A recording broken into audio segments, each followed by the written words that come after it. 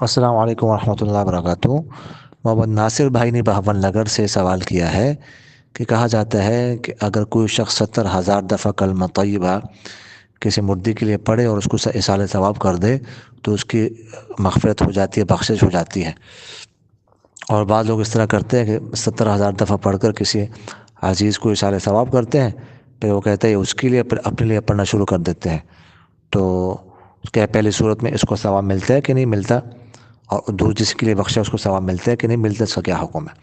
دیکھیے گا، 70,000 دفعہ اگر کوئی کلمہ طیبہ کسی کے لیے پڑھ لے، اس کی بخشش ہوتی ہے، اللہ تعالیٰ اس کو جہنم کے عذاب سے آزاد فرماتے ہیں۔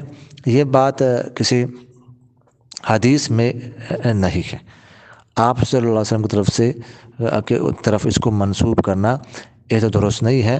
البتہ مشکوٰۃ شریف کی جو شرح ہے مرقات المفاتیح، اس میں مولا علی قاری رحمہ اللہ نے ابن عربی رحمہ اللہ کے حوالے سے لکھا ہے، ان کی طرف یہ منسوب ہے کہ کیونکہ اس طرح عمل کرتا ہے تو اللہ تعالیٰ سے امید ہے کہ اللہ تعالیٰ اس کو جہنم کے عذاب سے آزاد فرمائیں گے۔ اور اگر کوئی کسی کے لیے یہ عمل کرے تو اس کو بھی ثواب ملے گا خود، اور اپنے لیے اگر کوئی یہ کر لے تو اپنے لیے بھی کر سکتا ہے کہ 70,000 دفعہ اس طرح پڑھ کے رکھ لے، یہ بھی درست ہے۔ لیکن حدیث کی طرف جو ہے نا، آپ صلی اللہ علیہ وسلم کی طرف اس کی نسبت نہیں کرنی چاہیے۔ جزاکم اللہ۔